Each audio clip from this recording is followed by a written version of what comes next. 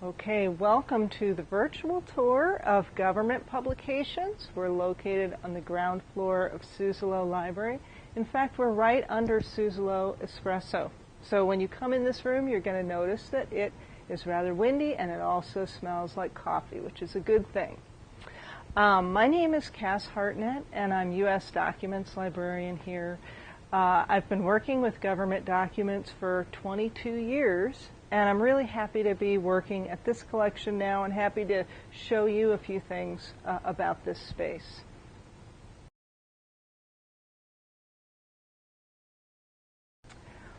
Well, this part of the library collects, retains, and catalogs and services, provides reference service for official publications from governments.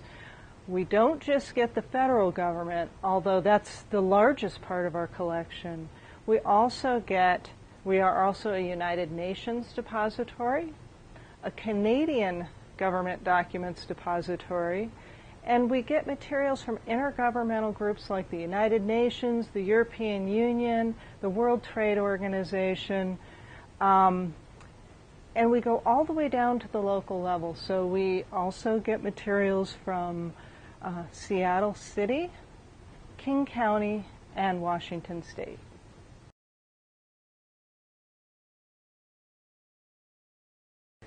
Specifically, you hear that term depository, and you'll hear repository as well, and other terms like archive.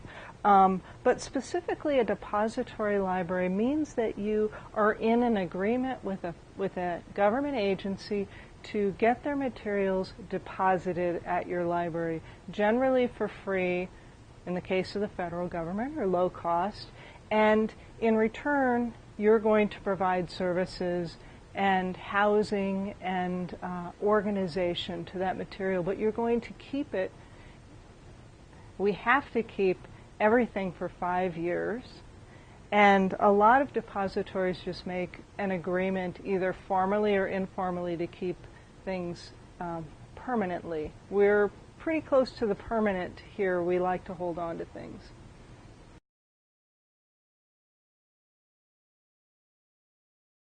Of course, since the graphical web came into play, we've been getting most of our documents online, and so we actually catalog and point to things on the internet, but we get a tremendous amount, or still are dealing with a tremendous amount of tangible materials as well. We get things in print. We also get things in microfiche. Historically, from about the late 70s up until about the year 2000, we got a lot in microform. This past year, we processed 50,000 tangible items, just to give you an idea of the scope of what we're doing. The area I'm standing in has somewhere between 1 and 2 million physical pieces in it. We actually don't have a very close count at this point.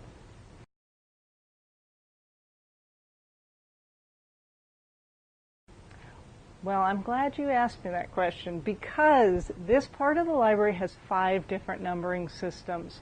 I might have already mentioned the Superintendent of Documents numbering system, which is the system that's used for U.S. government publications, the SUDOC system it's called. We also have the United Nations official numbering system, the Canadian government documents official numbering system, the Library of Congress classification system, which the rest of the library system uses, and our own homegrown numbering system for international intergovernmental documents like the World Bank Group. Basically anything that's international and not the United Nations.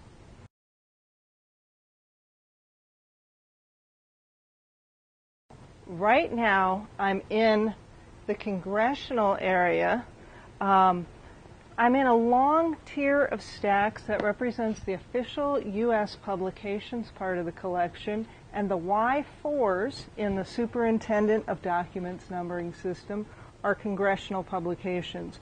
We house a lot of our materials in these kinds of boxes, so if you come and use our collection, you need to be able to navigate these boxes, The beginning number is at the top, and the end number is on the bottom there.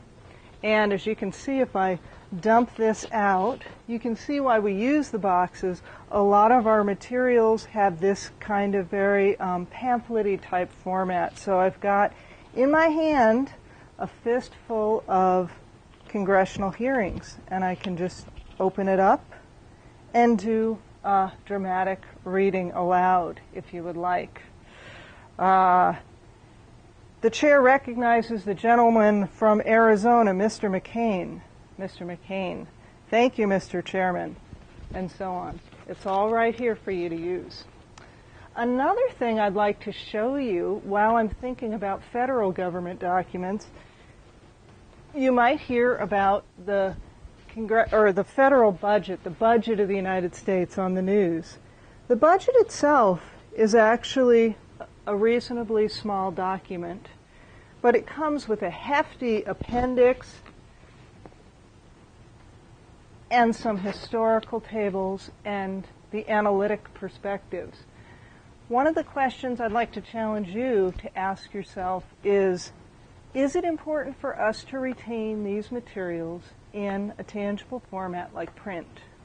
It's just one of the compelling questions we're asking ourselves now, since so much of this information is also online.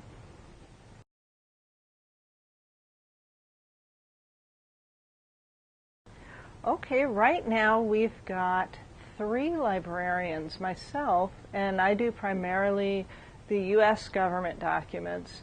The head of the unit, David, who is our intergovernmental and international documents librarian, and then we have a third librarian, Janice, who does state and local government documents. So between the 3 of us, we try to cover all the jurisdictional areas.